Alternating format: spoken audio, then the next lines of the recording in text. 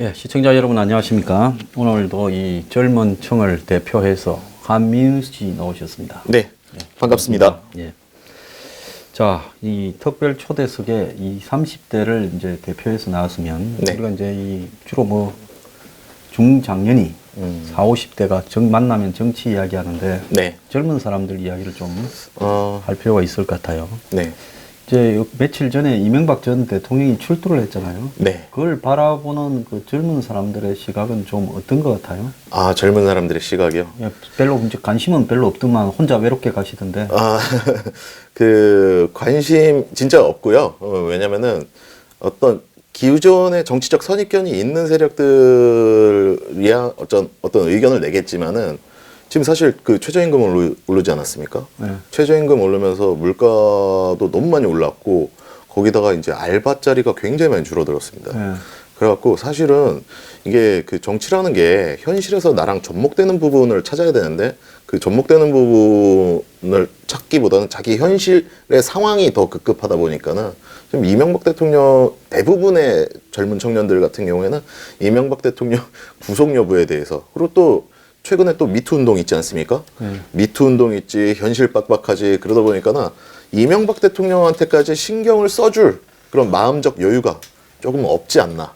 그래서 사실 이명박 대통령에 대한 어떤 뭐 구속이 된다, 안 된다에 대한 관심도도 상대적으로 떨어지는 것 같고 네이버 뉴스라던가 뭐 이런 20대가 많이 읽어본 뉴스, 30대가 많이 읽어본 뉴스에서도 실제로 그 순위가 반영이 많이 되고 있는 것 같습니다.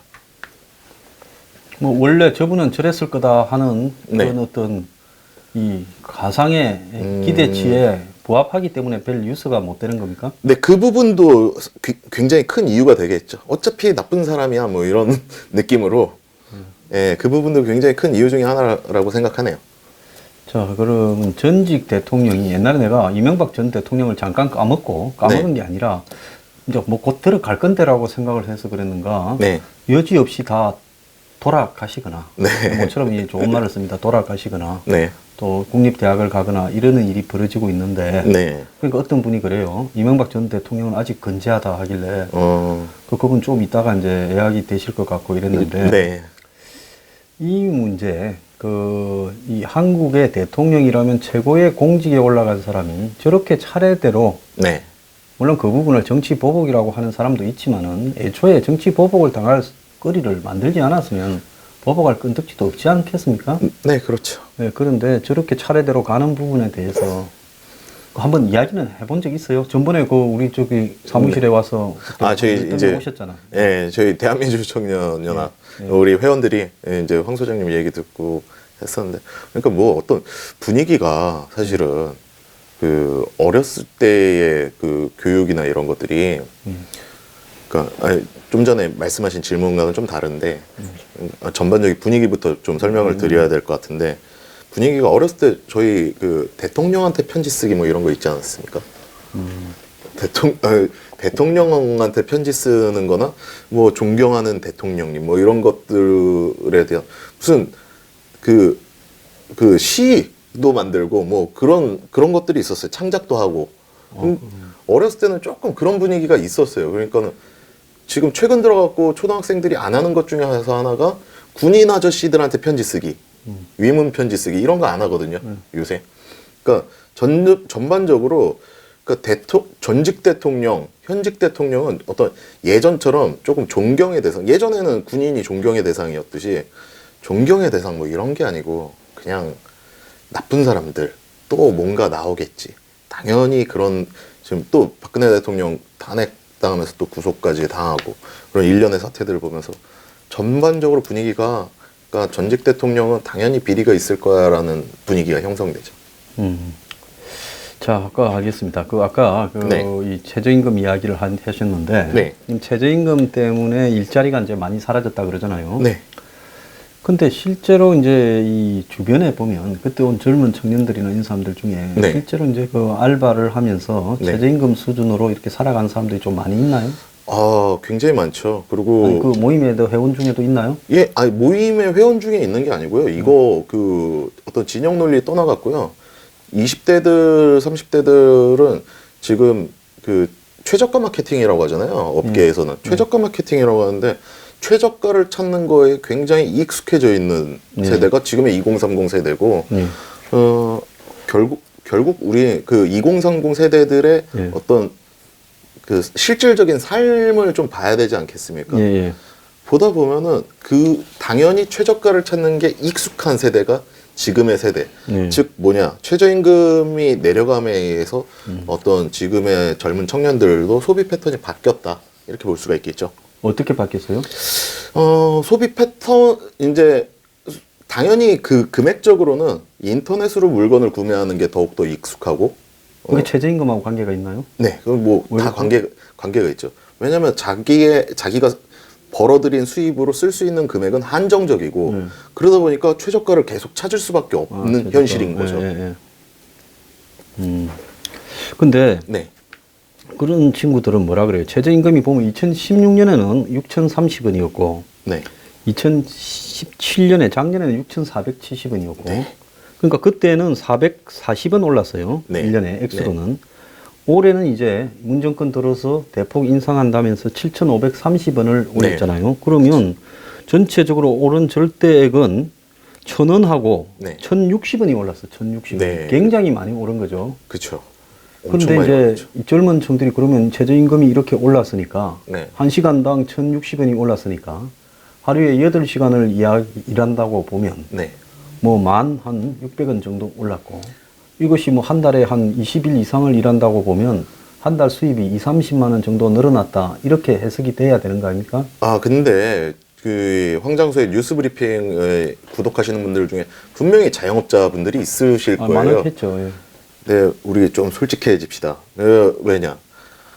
이게 사실은 바쁜 피크 시간대만 쓰는 그 고용 패턴이 바쁜 피크 시간대만 쓰고 이제 피크 시간이 아닌 때에는 뭐 자기가 직접 나와서 한다든지 보통 그런 식으로 바뀌었기 때문에 고용 형태가 그 최저임금이 오른다고 해서 뭐 청년들의 삶의 질이 더 나아진다던가 이렇지 않고, 그리고 전체적인 수입적으로도 감소하는 상태죠. 지금. 시간이, 그러니까 최저임금 시간당은 올랐지만 네. 일하는 시간이 이제 줄어드는 기존에- 방식으로 한다는 거죠. 기존에 10시간을 일했다고 치면은 뭐 6,000원을 받아서 10시간을 일했다고 치면은 지금은 최저임금이 7,530원까지 올랐지 않습니까? 올랐으면은 근데 내가 일을 할 수 있는 시간은 5시간밖에 안 되는 거죠.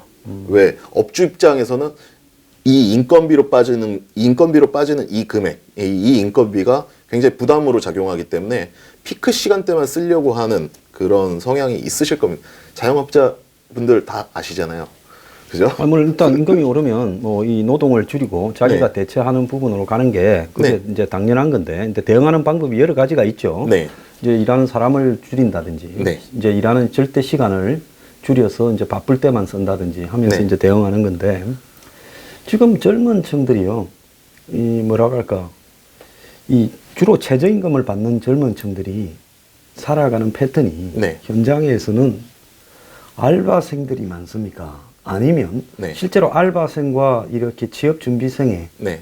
그러니까 대학교 다닐 때 이제 하는 부분이 잠깐 네. 방학이나 학교 마치고 이제 오후에 하는 거나 이런 건 알바라고 보고. 네. 근데 이제 학교를 졸업하거나 안 그러면 학교를 그만두고 아예 그냥 하루에 막 8시간이든 10시간이든 시간이 주어지는 대로 네. 전업적으로 일하는 최저임금 대상들도 있을 거예요. 그 취업 형태가 대충 어떻다고 봐요? 젊은 사람들이 지금. 그러니까는 취업 형태는 몇 가지로 나눌 수가 있는데요. 일단은 우리가 한번 가정을 해보자고요. 제가 20대 중반의 어떤 남성으로 가정을 돌아가서 좀 가정을 해본다면은 대학을 다니다가 군대 제대하고 복학하기에는 집안 사정이 녹록지 않은 상황들도 굉장히 많을 거고, 물론 뭐 2차 저차 해갖고 대학을 졸업한다고 하더라도 취업 부분에 있어서만큼은 뭐 확실한 게 없기 때문에 아르바이트를 보통 선택하게 되고, 문제는 이제 여기서부터 시작하게 되겠죠. 아르바이트를 선택하게 되고 그 와중에라도 열심히 어떤 그 지원 원서라던가 기업체로 지원 원서, 뭐 취업 박람회 이런 거에 참여하면서 꾸준히 구직 활동을 하는 사람들은 또 취업에 취업의 확률이 더 높은 거고. 전업적으로 그러니까 취업 준비를 하는 사람은 취업 확률이 높고 네. 또 생계비를 벌어가거나 또 집안에 보태야 되는 부분 동시에 때문에 하는 사람은- 경우에는 상대적으로 낮을 수밖에 없고. 예. 그리고 또 그 취업한 사람들도 또 중소기업과 대기업으로 나뉘고 예. 또 생산직이냐 아니면 사무직이냐 이런 식으로 나뉘게 되죠. 그러다 보니까 다양한 형태들이 있겠지만 또 인터넷이 많이 발달하면서 서로의 삶을 비교하다 보니까 또 생기는 그런 것들이 많지 않습니까? 어떤 생각의 차이라든지 그러다 보니까는 젊은 사람들은 보통 그렇게 되고 또 취업을 했다가 예를 들어 제가 좀 전에 이 얘기를 왜 했냐면 취업을 했다가 다시 뱉어져 나오는 경우가 있습니다. 굉장히 많죠 요즘 네. 그런 경우가. 취업을 해도 자기가 추구했던 어떤 기대치야 예, 추구했던 이 구직이 아니기 때문에 그 취업 형태가 아니기 때문에 다시 나오는 사람들도 굉장히 많아서 최근에 다시 뭐 30대 캥거루족이다 이렇게 해서 나오는 얘기들이 그런 데서 나오는 것 같습니다. 그래서 지금 현재 최저임금 때문에 뭐 11만 수천 명이 네. 1일 2월 달에 뭐 이렇게 실업을 했다 네. 이런 이야기도 나오는데 이제 문제는 사실은 최저임금을 해서 한 달 내내 하루에 8시간 네. 이렇게 주 5일 일을 한다 해봤자 네. 150만 원 안팎밖에 안 되잖아요. 그렇죠. 그러니까 150만 원으로 최저임금을 7,000원대로 7,500원으로 계산을 했어도 네. 그것밖에 안 되기 때문에 그걸 가지고 당장 입에 네. 풀칠이야 하겠지만은 미래를 기약하기는 어렵지 않습니까? 그렇죠. 어렵죠. 그렇기 때문에 이제 문제는 뭔가 하면 자신의 이 뭐라고 할까 스펙이나 네. 희망을 높여가야 되는데 네. 생활을 하기 위해서 최저임금 전선에 뛰어들어서 아르바이트 비슷한 이런 네. 형태를 지속하게 되면 자신의 어떤 노동 가치를 키우기 위한 투자를 하기가 거의 불가능해지잖아요. 아, 맞습니다. 그러니까 생계가 먼저냐 취업이 먼저냐 이런 모순에 부딪히는 사람이 많을 것 같은데. 아유, 많다뿐이겠습니까? 취업을 이제 대부분의 청년들은 아마 대기업을 취업하기를 희망할 거예요. 그렇죠. 중소기업에 취업하고 싶어하는 친구들은 별로 없을 거로 알고 있는데, 자, 그러면은 그 대기업에 취직하기 위해서는 또 취직하고 나서도 문제고, 하고 나서도 저는 최근에 그런 케이스를 봤어요. 삼성전자 사무직에 다니던 누나가 토익도 항상 만점 받고 소위 얘기해서 스펙이 빵빵한 누나였는데요. 결국에는 나와갖고 어떤 적성이라던가 자기 막상 대기업도 가보면은 뭐 복지가 좋다 뭐가 좋다 하지만은 막상 들어가 보면 현실이 좀 다르거든요. 현실이. 그러다 보니까 또 취업했다가 다시 나오는 경우들도 있고 그런 케이스들이 굉장히 많습니다. 그래서 최근에는 나는 무슨 취업을 거부한다 이런 EBS에서 그런 다큐멘터리까지 하더라고요. 그래갖고 어차피 안 되는 거니까 거부한다고 말하는 거 아니에요? 근데 그거는 되게 어른들의 시각에서 봤을 때는 어차피 안 돼서 그렇게 되는 거 아닐까 이렇게 또 볼 수도 있는데 요새는 또 이게 이 청년들의 소비 패턴도 같이 덩달아서 얘기를 해야 되는데 좀 전에는 어떻게 보면 인컴적인 부분들, 수익적인 부분들을 얘기했고 뭐 익스펜스적인 부분들을 좀 소비 부분. 네, 소비 부분을 좀 얘기를 하자고 한다면은 소비 부분에서 이제 소비도 패턴이 많이 바뀌었거든요. 그냥 소위 얘기해서 덕질이라는 얘기 들어보셨습니까? 예, 좀뭐 매니아라 가지고 네. 뭐 그냥 지른다는 거 그걸 이야기하는 거 아니에요? 네, 그쵸. 뭐 근데 그런 아주 꼰대는 아니네. 덕질도 하니까. 아니 그런 부분들 소비 패턴이 많이 바뀌었어요. 그러니까는 예전 어르신들 같은 경우에는 예전에는 그 저축을 해서 네가 집도 사고 결혼도 하고 뭐 이런 얘기들이 많이 그렇지 뭐 있었죠. 취업을 좋은데 괜찮은데 취업하거나 어려운데 취업해도 한 달에 생활비 뭐 30만 원이면 떼고 그 다음에서 이제 집값이 있으면 또 좀 떼고 자, 그럼 그래갖고 남은 거를 매달 이제 네. 한 100만 원이다 이렇게 계속 부어가 그걸로 이제 이 네. 결혼 자금을 마련한다 뭐 이런 거겠지. 자, 그러면은 우리가 한번 가정을 한번 해보자고요. 황 소장님이 한 1987년 정도에 태어났다고 네. 가정을 한번 해보고 지금의 1987년에 태어났으면 지금 아마 한 서른 네. 네. 32 정도? 네. 뭐 이렇게 됐다고 한번 가정을 해보고 네. 자, 그랬을 때 지금 요 상황에서 월급을 한 200 정도 받는다고 치죠. 중소기업을 다니면서 보통 여기서 이제 우리가 정리를 좀 할 필요가 있는데 네.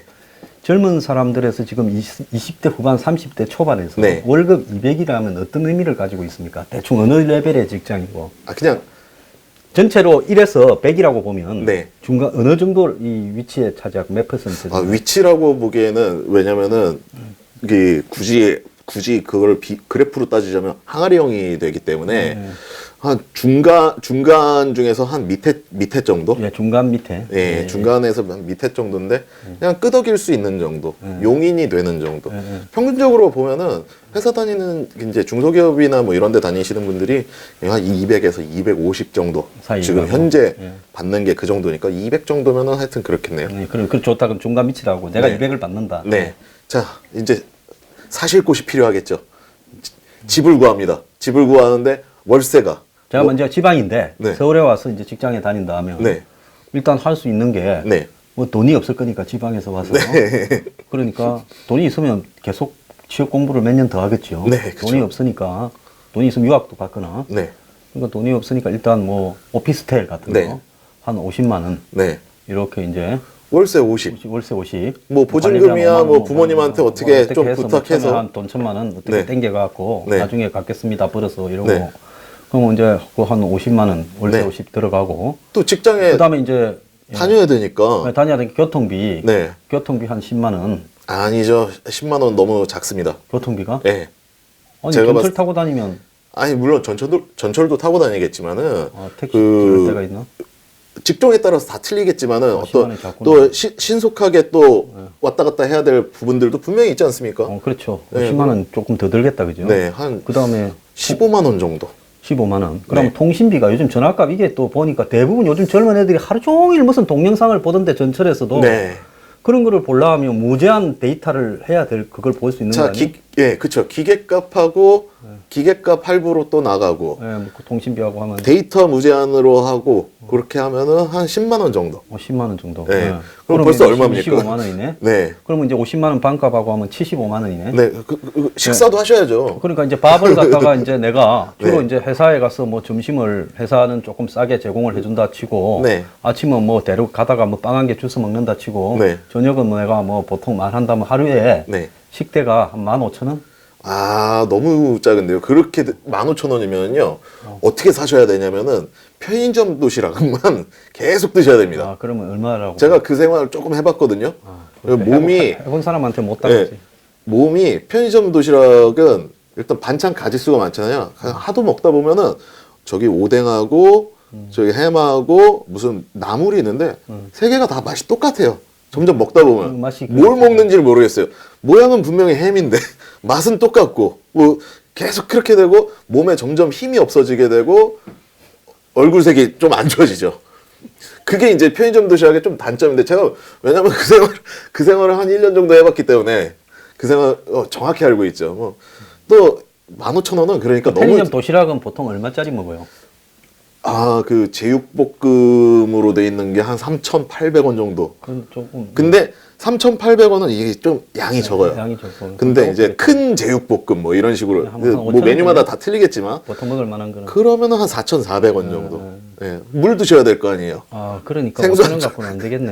그러면 네. 식대가 하루에 네. 한 25,000원? 2만 원에서 2만 5천 원. 예, 2만 원. 그러면 막 네. 2만 원이라 합시다. 네. 내가 그 빡빡한 새 사니까. 네. 그럼 한 달이면 네. 2 곱하기 3하면 60이네. 네. 그럼 아까 75만 원에서 네. 60을 하면 네. 135만 원. 135만 원. 네. 이제 또 입어야 될 거 아니야. 그쵸. 그래서 우리가 좀, 한 달에 바지든 티셔츠든 하나만 사는 걸로 해갖고, 한 달에 한 10만 원 정도 지출을 한다고 치면, 예, 그러면 145만 원. 네, 145만 원이죠. 145만 원이고 네. 뭐 그거 외에 네. 뭐 담배를 피는 사람은 담배를 피거나 안 그러면 그죠. 소주를 마시는 사람은 소주를 먹거나 네. 주 1회를 한다 치고 네. 네? 네. 그러면 뭐 한 번 할 때 내가 내는 게 한 2만 원. 네. 그러면 아까 얼마 나왔어요? 145만 원이 네, 145만 원. 그래서 또- 자, 여기서 이제 계산을 다시 좀 하겠습니다. 중간에 반값 50. 네. 그다음에 이제 이 통신료하고 교통비 네. 25. 네. 그러니까 75만 원. 그다음에 이제 밥값이 있죠. 네. 밥값이 이제 하루에 2만 원씩 해서 네. 30일 네. 60만 원, 네. 135. 네. 옷값 이제 10만 원, 145. 우리가 네. 기억력 이래 줬습니다. 145에 네. 이제 이 취미생활 네. 그러니까 뭐 술을 먹든가 영화를 보든가 네. 이거 주 얼마를 잡아야 될까요? 아니, 그러니까 취미 생활을 조금 이따가 얘기를 해야 될 것 그 사이에 같고. 또 들어갈 게 있어요? 왜냐면 그 어쩔 수 없는 경조사들 있잖아요. 아 맞네. 사람이 아무리 인간관계가 쓰레기 같아도 한 명 정도는 있잖아요. 있지. 근데 꼭 보면은 뭐 어떤 행사가 있죠. 그러면 그런 갑작스런 그런 경조사비 뭐 한 5만 원 정도 잡고 네. 그러면은 145에서 네, 5만 원. 150만 원이네. 네, 그 정도만 해도 벌써 150이죠. 150. 자, 우리가 그러면 이제 그 상태에서 예. 그 상태에서 우리가 지나가다가 이렇게 공인중개사들이 딱 눈에 띄지 않습니까? 네. 젊은 청년들도 집값이라는 게 어디 한번 보자. 딱 이렇게 보면은 무슨 아파트 3억 이렇게 돼 있는데 자 50만 원씩 3억을 모은다고 아니 한번 이 생각해 50만 원도 모을 수가 없는 게 네. 지금 이 50만 원을 모으려면 데이트도 안 해야 되고 친구하고 교제도 안 해야 돼. 네. 이 50만 원을 모으려도 네. 그러면 데이트도 안 하고 교제도 안 하고 네. 또 무슨 영화도 안 보고 아니, 소주도 안 먹고 요새 소주까지 뭐 포함 안 됐잖아요. 3포 세대, 5포 세대 많지 않습니까? 아예 포기한 거고요, 이미. 아니 그래도 여기에 사이다 값도 포함 안 됐고 네. 뭐 간식 집에 혼자 앉아서 그래도 휴일 날에는 뭐 과자라도 먹어야 될 거 아니야. 네, 과자도 그쵸. 요즘 2, 3천 원 하잖아. 네. 그러니까 주당 무슨 예를 들어서 한 2만 5천 원 정도의 네. 이 침입이 네. 하면 매번 하면 2만 5천 원 갖고 주위에 뭐 하겠어 그 용돈 개념으로. 그러니까는 그러면 이제 160이 되고 이제 40만 원 딱 남는다고 봐요. 네. 이렇게 살면. 네. 그러니까는 그 40만 원으로 할 수 있는 게 그거 모으는 것도 물론 어른들 말씀 정말 새겨 듣고 좋은 얘기죠. 예, 돈을 저축해서 네 미래를 대비해라. 아, 정말 좋은 얘기인데 우리가 현실적으로 공인중개사든 어디든 이렇게 봤을 때 집값 3억, 4억 뭐 이게 기본 아니겠습니까? 전세값도 2억, 3억 하는데. 서울에 무슨 평균 주택 가격이 7억이라는 거지. 네, 그렇죠. 7억 같은 아니 그거는 너무 호사스럽게 사는 거고요. 7억이 아니고 7흑이네. 네.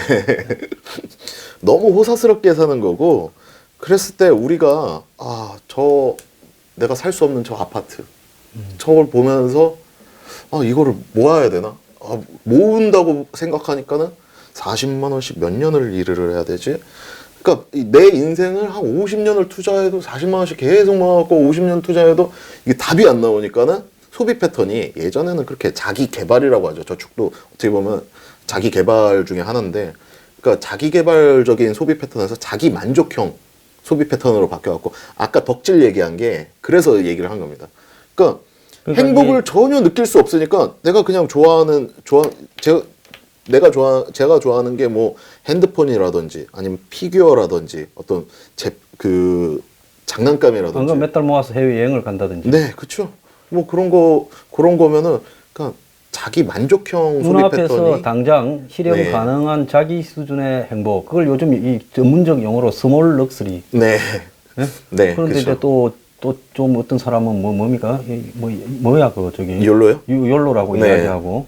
그 일본에는 이제 사토리 세대라고 해가지고 달관, 네. 초월. 그러니까 가질 수 없으니까 마음을 초월을 해버려야 네, 된다 해서 사토리, 네, 달관한 세대다 이렇게 이야기를 하는데, 자, 이 지금 여러분들은 미세하게 지금 대한민국에서 아마 방송에서 이 비용 분석을 한 것은 거의 처음일 거라고 봐요. 네. 시골에서 올라와서 그죠? 그래도 중소기업에 취업해서 월 네. 200을 받는 청년이 살아가는 삶이에요. 네. 그럼 이렇게 보면 이 데이트할 돈이 없잖아요. 왜냐하면 네. 한참 이 전기 발랄할 세대에 네, 예?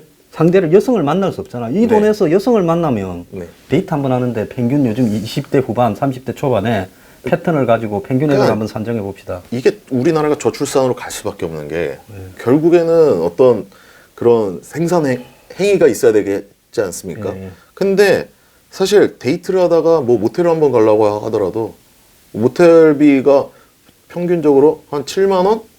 술값 아무리 적게 나와도 여성하고 또 먹으려면 뭐 그리고 또 이번에 최저임금 오르지 않았습니까? 소주값이 뭐 5천 원, 6천 원 이러는데 예. 닭값도 올랐더만. 그러니까 옛날처럼 뭐 진짜 둘이 왕창 취해갖고 그러기도 힘들고 또 그러니까는 돈이 없어서 왕창 취하지도 못하고. 네, 그쵸.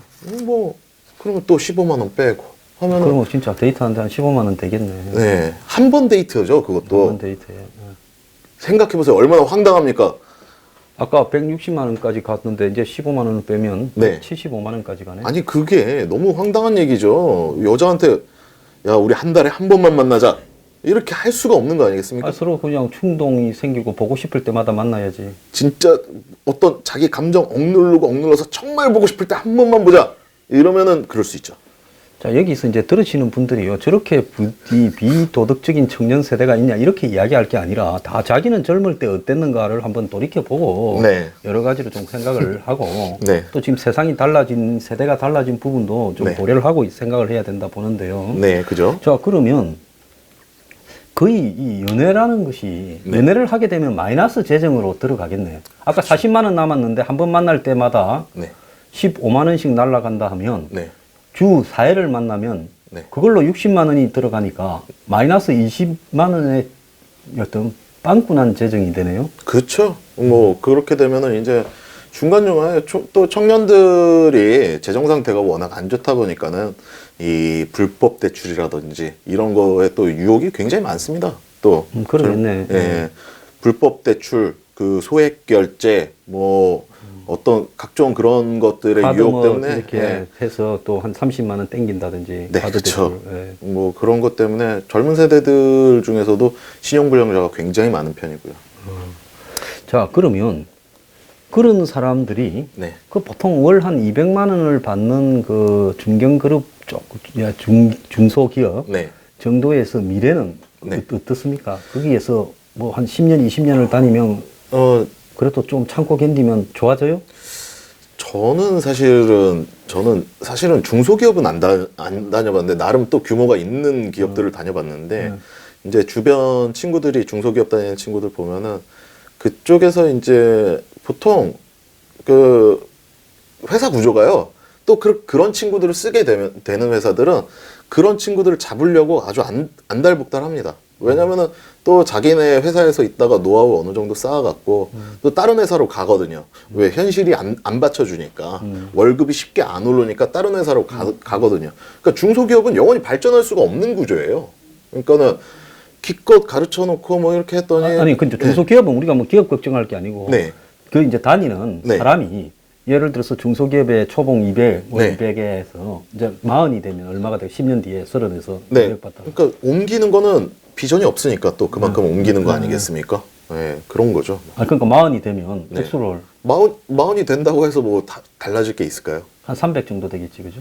300 정도요? 그것도 안 될까? 솔직히 얘기해서 제가 회사 다녔을 때가 지금 벌써 한 5, 6년 전인데 5, 6년, 6, 7년 전인데 그때 이제 다른 친구들 사회생활 일찍 한 친구들 같은 경우에는 고등학교 졸업해서 바로 군대 제대해갖고 취업한 친구들은 저보다 사회생활 일찍 했으니까 그 친구들 보면은 월급의 변화가 큰 폭이 아닙니다. 왜냐면 물가 상승률이 월급의 변화를 훨씬 더 앞질르기 때문에 그건 계속 가면 갈수록 이렇게 되는데 그러면 그 사람들이 네, 결혼을 네. 집에서 보태주거나 네, 누군가 와서 무슨 이 천사가 와서 돈을 던져주기 전에는 네.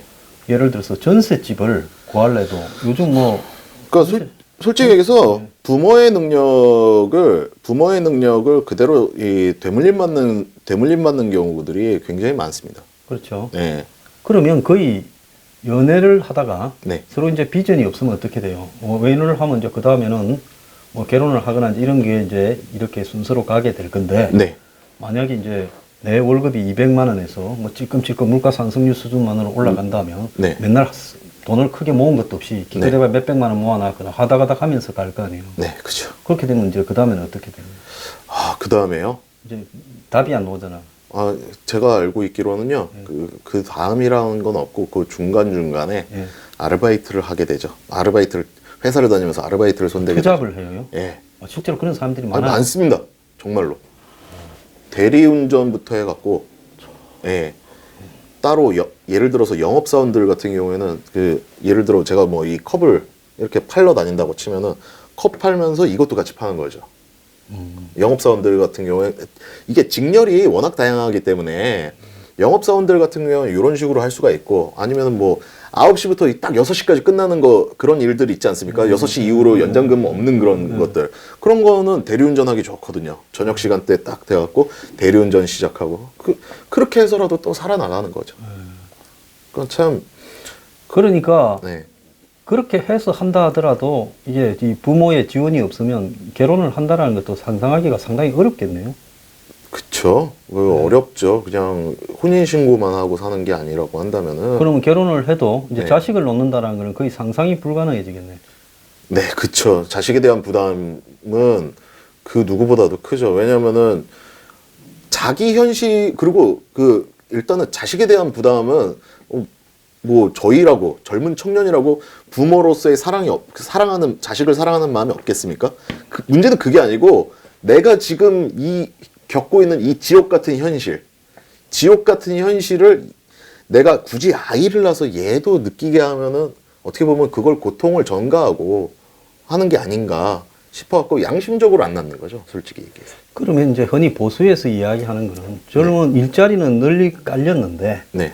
젊은 사람들이 눈높이를 낮추지 않고 그 일을 안 하려고 해서 네. 외국인 노동자들이 와서 다 차지한다. 배가 불렀다. 이게 보면 보수에서 젊은 층을 바라보는 대표적인 시각이에요. 네. 그래가 적당히 그냥 정치 없이 그냥 알바하면서 대충 네. 살아간다. 이렇게 말을 하거든요. 그 네. 부분에 대해서 이제 꼰대들이 그렇게 말을 하는데 네. 그 부분에 대해서는 젊은 사람들이 제가 할 이야기는 뭐가 있겠어요? 한마디 해드리자면은 제가 아까 중소기업 다니는 사람을 예로 들었는데 중소기업 다닌다고 꿈이 없을까요? 우리가? 아니 누구든지 꿈은 가져보겠죠. 그쵸. 꿈도 없으면 뭐 어떻게 사노? 예, 그 꿈이 다 있는데 어른들이 그렇게 보는 거는 저희가 예를 들어서 취업 준비생이라고 가정을 했을 때 아무 일이나 해라 이렇게 얘기할 수 있습니다. 근데 점점 내가 지금 당장 아무 일을 하게 되면은 내 꿈으로부터 멀어지는 그 느낌을 받을 수 있지 않겠습니까? 지금 이 이야기가 네, 한 그 언론사의 기자들이 네, 워킹 푸어라는 책을 썼어요. 몇 년 전에 한국에. 네, 일을 해도 가난하다. 그래서 흔히 그렇게 쉽게 이야기하는 일자리에 자기가 취업을 해서 한두 달씩 이렇게 네, 살아보는 이런 경험을 통해가 책을 쓴 걸 내가 읽어봤는데 한 일주일을 하니까 거의 이 몰아일체가 되더라. nen가 이 지가기가 일하는 아무 생각이 없어지더라는 머릿속에. 그렇죠. 특히 식당에서 일하는 사람들 같은 경우에는 식당에서 일을 한 사흘째 하니까 거의 그냥 머리에 지가 내리면서 견딜 수가 없더라. 네. 이런 이야기하고 한 달이 지나니까 틈만 나면 졸고 싶은 생각밖에 안 들더라고 이야기를 하더라고요.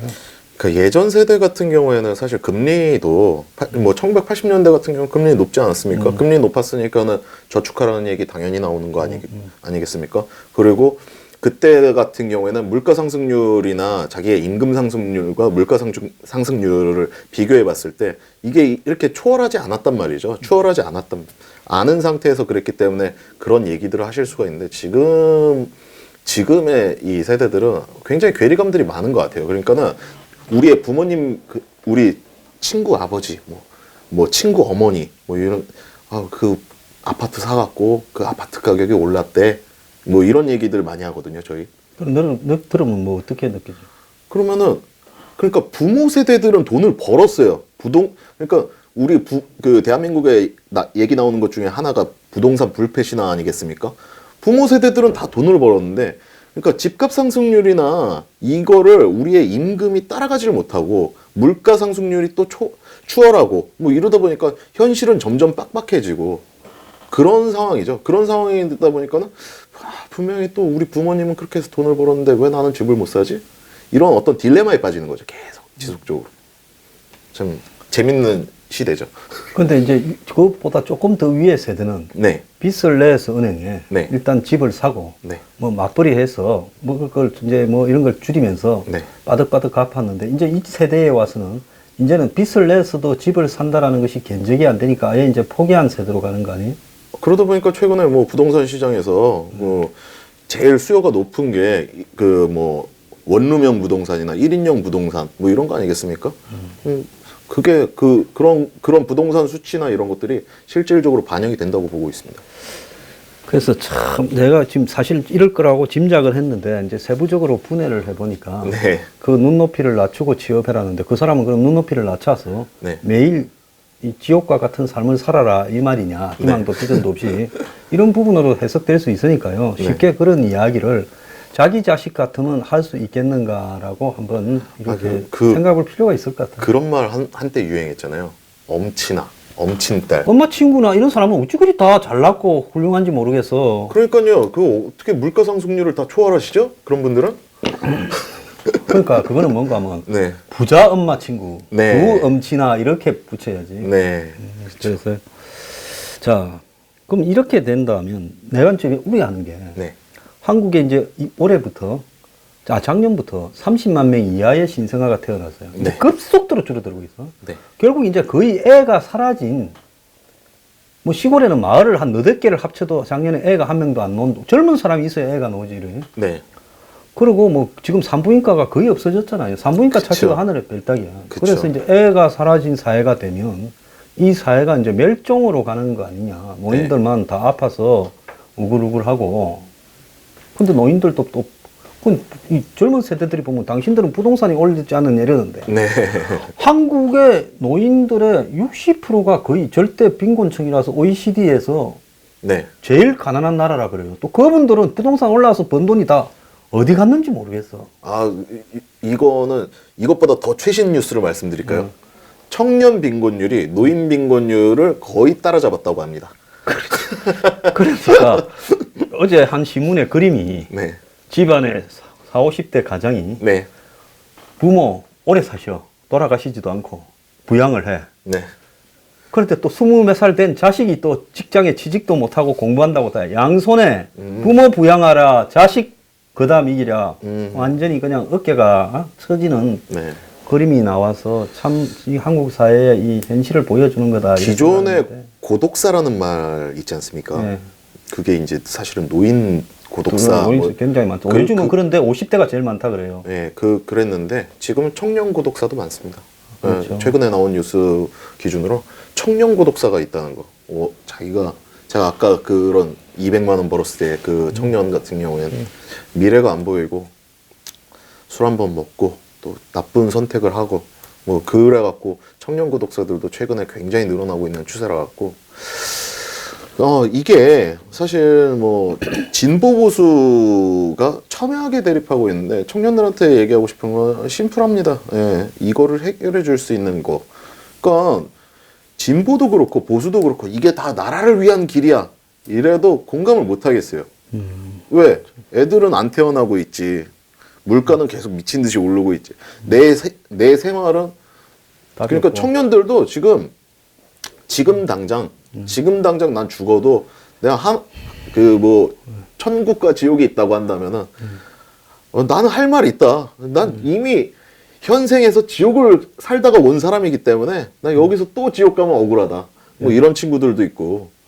그러니까 굉장히 심각한 단계라고 얘기하는 것도 표현이 굉장히 부족한 것 같아요. 저는. 어제 영등포에서 그제 네. 그 대학 다니는 아들이 평소에는 크게 문제가 없었는데 투신 자살을 하고 난 뒤에 사흘 뒤에 엄마하고 또 딸이 자살을 해서 일가족 3명이 연달아 자살을 하고 또 사라졌던 아버지는 이제 며칠 뒤에 나왔는데 아무 말도 하고 있지 않다 이렇게 이야기를 하는데 이것도 뭐 어떤 이 상당히 어떤 그런 지금 가난 이런 부분이 작용을 한 걸로 보이는데 참나 이 우리 사회가 큰일인 게 유럽에도 지금 100유로 세대라고 해가지고 네. 그 100유로 하면 뭐 한국 돈으로 100한 뭐 4, 50만 원 받는 거 아니겠어요? 네. 그래서 이제 이 미래가 없는 청년들이 지금 혁명을 일으켜서 유럽의 이제 기성 좌우이 온건 보수나 온건 진보 정당이 다 몰락하고 이제 포퓰리즘 정당이나 극우 정당이나 극자 정당이 득세를 하고 있거든요. 네. 근데 이제 한국에는 그러지도 못한 상황에서 비성정당이 포퓰리즘으로 가면서 지금 이렇게 이 사실 보통 문제가 아니라 봐요. 한국의 노인 빈곤층과 청년 빈곤 문제, 쌍빈곤이 지금 한국 사회를 짓누르고 있고 이제는 멸종으로 가고 있어요. 멸종으로. 네. 그런데 이런 문제를 고민하지 않고 무슨 북한하고 무슨 평화적으로 어쩌고 하고 적폐청산이고 이렇게 하고 있는데 이런 데 대해서 좀 분노스럽지 않아요? 그래갖고 말씀드리는 것 중에서 하나가 기존에 또 보수 어르신들 같은 경우에 저한테 그런 얘기 많이 하거든요. 북한 문제나 뭐 이런 거 위주로만 계속 그렇게 얘기하시는 걱정하지 마세요. 왜냐면 우리 현실이 지금 빡빡해갖고 젊은 청년들의 현실이 이렇게 빡빡한데 화풀이 대상이 없어요.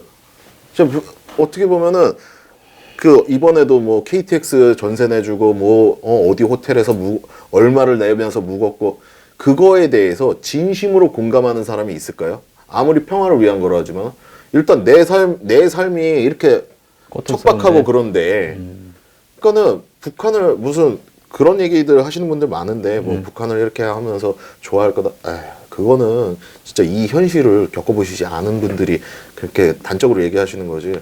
이 와중에 북한 내가 먹고 살기 힘든데 뭐 북한 좋아하고 뭐 이런 현실이 우선 아니겠습니까? 예.